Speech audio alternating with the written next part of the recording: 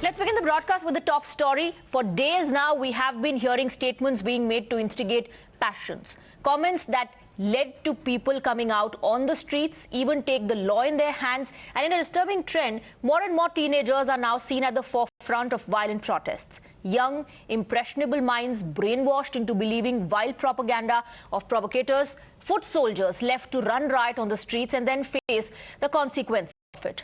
As the puppeteers reap political benefits out of mayhem, today these hidden provocators have been called out by their own. A group of Muslim clerics have come out to slam those who manipulated innocent minds and then abandoned them to suffer. ये मुद्दा सिर्फ हमारा जाती मुद्दा नहीं है, हमारे किसी मजहब का या जात का मुद्दा नहीं है, बल्कि ये देश का मुद्दा है। मदनी जैसे लोग जो घड़ियाली आंसू बहा रहे थे, ओवैसी जैसे लोग जो सर पे सफेद कपड़ा बांध के घूम रहे थे, वो सारे के सारे गायब हो गए और 20-20 साल के बच्चों को सड़कों पे छोड़ दिया इन्होंने सरकार से लड़ने के लिए, पुलिस से लड़ने के लिए और सिस्टम से लड़ने के लिए। अपने आप छुप जाते हैं चारपाइयों के नीचे, कभी महिलाओं को उतार देते हैं रोडों के ऊपर, कभी नौजवान लड़कों को उतार देते हैं। जमात उलमा हिंद ने पहल की है और राष्ट्रीय मुद्दों पर जमात उलमा हिंद हमेशा राष्ट्र खड़ी रहेगी, ये हमारा संकल्प है। हम वो फतवा जारी करेंगे कि किसी भी किस्म की हिंसा, हर किस्म की हिंसा का हम विरोध करेंगे और तरीके से करेंगे, चाहे वो इंटरनल हो चाहे वो एक्सटर्नल। कि अब तक जो सरकारें थी वो उन्हें बढ़ा रही थी और वो उनसे फायदे उठा रहे थे, और ये सरकार जो आई है इसमें उनके फायदे रुक गए हैं और कहीं ना कहीं उन्हें लगता है कि जो मलाई वो देश की खा रहे थे वो नहीं मिल पा रही है, इसलिए वो उन ताकतों के साथ जुड़ गए हैं जो देश के विरोध में काम कर रही हैं। हुकूमत अपना काम कर रही है, ये काम अदालत के अंदर पहुंच चुका है। आइन के तहत जो भी उनके खिलाफ धाराएं लगेंगी, जो भी कानून उनके ताल्लुक से काम करेगा वो कानून कर रहा है। हम कौन होते हैं कानून को अपने हाथ में लेने वाले? कौन होते हैं हम सड़कों में निकलने वाले? कुछ संगठन, कुछ मामला इस तरह के हैं जो बिल्कुल वो विरोध फैलाना चाहते हैं और हर वक्त इस पोजीशन में और इस हालात में रहते हैं कि कहाँ किस तरह से बिगाड़ा है किसी भी मुद्दे को लेकर के।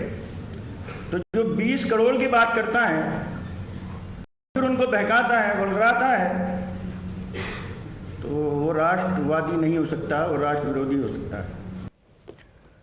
Well, let's open this up. We have guests on the broadcast. Firoz Bhakt Ahmed, former Chancellor of the Maulana Azad National Urdu University, is with me here in the studio. And we also have Khaleequr Rahman, political analyst. Good evening to both of you.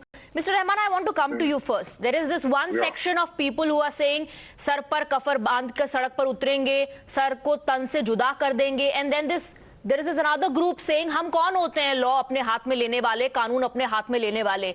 They're also highlighting and exposing how some people instigate others, they provoke people, and then those innocent individuals who hit the streets participating in protests that turn violent have to face the law and they are put behind the bars while the masterminds roam free.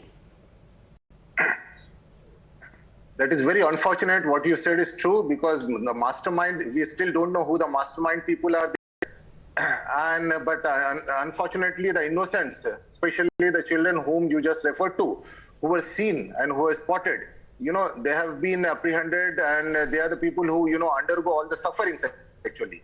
But let me also tell you that whatever the action the UP government has taken, it is totally arbitrary, without actually trying in the court of law. They have taken the law in their hands, and this is totally in violation of the civil rights actually. So this is something I think which is also not acceptable. And if somebody is found guilty, and if somebody is found to have been involved, then there is a procedure which is laid down by the law. But which guilt are you talking about? Are you talking about guilty of going ahead with illegal constructions and not responding to notices, or are you talking about guilty of being involved in provoking people? Then see, I'm talking about the bulldozing of the houses which are being shown actually on your TV, and which we have been seeing through the media. And apart from that, whatever it is, because see, as for the Muslims of the India is concerned, because Muslims have never supported the violence and will then never let me support. ask you, sir, who are those people? This follow-up question is to you only, sir. Then tell me, what about the people from within the community who are talking about and openly issuing threats? Sar ko tan se juda kar dene wale. Are they not Muslims? Are you disowning them, and as a community appealing that they need to be disowned? As far the Islam is concerned, Islam never actually allows to give any such type of provocative statements, and does not tolerate any kind of violence. Then why no condemnation? And let me complete that. And so what is important is because the teachings of Muhammad Sallallahu Alaihi Wasallam are being totally ignored, and the people actually, especially, let me go back to Nupur Sharma also, because it all started from there actually on 27th of May, because whatever statement she has made after that, especially on your channel in the prime time, if the action was initiated immediately after that by the government, probably this situation would not have arisen. But the government, kept mum. Okay, Mr. Ahmed wants to come in. Sir, we have another guest on the panel. He also wants to come in. He wants to counter you. Wants to present his point of view. Let him go ahead, and then I can come back to you for your response. Mr. Ahmed, go ahead. Okay. Thank you, Khalil Sir, for letting me speak. Okay. You are a good friend and a good brother. Okay. Yes, absolutely. Now, first of all, thank you, sir. First of all, let me congratulate this group of clerics known as Jamaate Ulama Hind and its president Suhaib Qasmi. He was absolutely on target, and he said it very rightly that these leaders, the so-called Muslim leaders like Mr. Madani, like Owaisi brothers, like Tawqir Raza Khan, and also from UP Azam Khan, now they are considered to be Muslim leaders. I believe they are not Muslim leaders because they don't talk about progress, they don't talk about building schools or hospitals or playgrounds for Muslims. They are totally regressive rather than being progressive. And I think this is I think in the history of India, for the first time, there's a fatwa against people like Owaisis and Madanis. I congratulate them once again. And let me tell you one thing, let me make a reflection about Khaleeq Saab's comment. He said something like this, that, media is not the judge. Perfect. Yes, media has no business to judge anything, nor are you and we people. But, the person's house, I think his name is Javed Pam or something, it was raised to the ground, not only because it was illegal, there were notices which were fixed in front of the door of his house. Apart from that, he was indulging in things which were anti-national, anti-social, anti-Islamic, because the kind of papers which were recovered from his house, I mean, they were just like papers, what you call Ghazwa-e-Hind, which will never take place in India. Those papers were full of provocative speeches, provocative stuff. I do not know.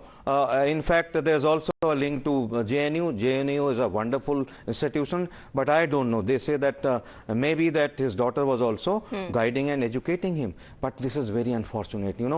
What they call bheed tantra, of violence. Violence is not the solution to anything. And lastly, give me just 5 seconds, Swati. What is very unfortunate, which we saw during the last 2 Fridays, is they have given stones in the hands of 14-year-olds. Now, these are the same children who have got, Quran in their heart. They have learned Quran by heart.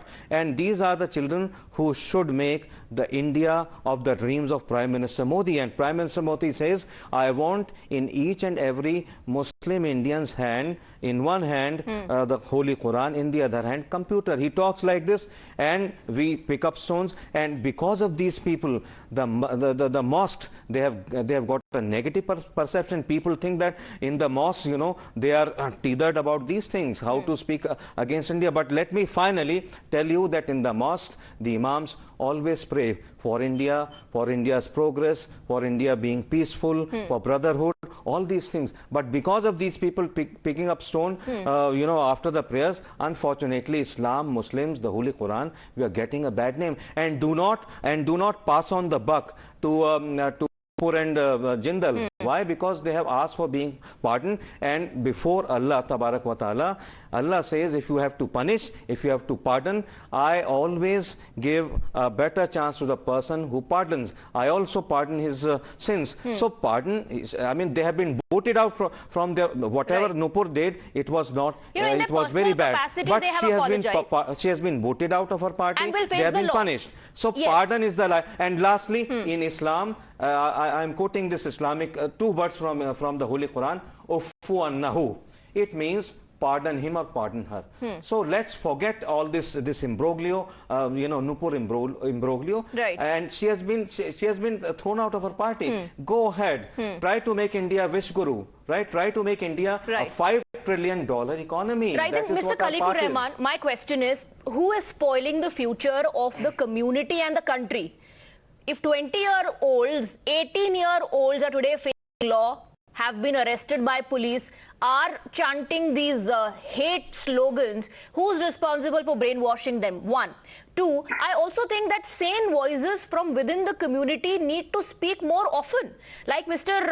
Ahmed here said that in mosques, the imams pray for a better future of the country. Then why is that message not being passed? Why is that message not being passed? Who's responsible for this misinformation and the maligning of the entire community? I think you have raised a very good question, Swati, and let me answer to this. And what Firoz Bhai said, I fully agree with him that in mosque, it is always, prayed for the progress of the country and for the growth of the country, for the safety and the security of the country. Except on January 19, 1990 in Kashmir. Except that. No, forget about that actually. Okay, that is, but otherwise, so that is what. And it is very unfortunate to see, especially the youngsters and the kids coming on the road with the, the stones in their hands. And this is actually not, in the interest of our country, not in the interest of, their future, because they are our future actually. And they are the people actually who are actually, going to lead India to become a $5 trillion economy. But what happens is, because there is too much of hatred on either side actually. So what we need to do is, we need to actually bring these two communities together. We have to bridge this gap, and whatever the hatred is there, and the people who are actually spilling the venom and the hatred, they have to be dealt with sternly actually, because India is a country which in fact believes in unity in diversity actually. So this is our, the recognition in the world. This is our identity in the world. But we are somewhere deviating from that path and, just getting lost in this communal hatred actually, which I think is not only denting the image of our country, outside country, and it is going to the extent that the other nations have to, give us a lecture. And why it is happening? Because of few fringe elements. And they are either side. I'm not saying that it also divides the community. Mr. Ahmed, I think it weakens the community itself. Absolutely. So that is the reason. Absolutely. Yes, Khalid Bhai. Khalid Bhai, I just extend your vision and mission.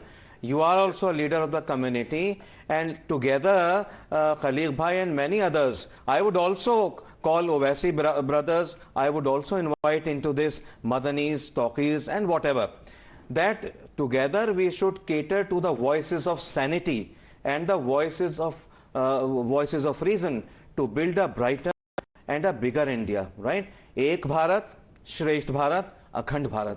This should be our mission and vision for India. Let us give pens, Qurans, and maybe laptops in the hands of these kids. Let us not give stones. The stones which were thrown into Kashmir. And one more very dangerous trend has started in Kerala. A 10-year-old child, mere kid, he might be a very talented kid. The way, he was spewing venom against Hindu brethren and Christian brethren, I mean, my heart I got shocked to smithereens, right?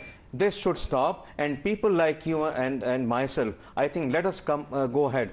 And also like this Jamaat-e-Ulama-e-Hind and people like Suhaib Qasmi, let us form a group and let us do something for India, because we should not look, we should not look what India gives to her. Let us see what we can to India. So let's get together to make it a brighter, bigger, and one day India is going to become Vishguru. Today, finally, last 2 seconds, Biden is looking towards Modi. Zelensky is looking towards India. Even Putin is looking towards Modi. So Modi has become a kind of a world prime minister, like John F. Kennedy used to be the world president of America.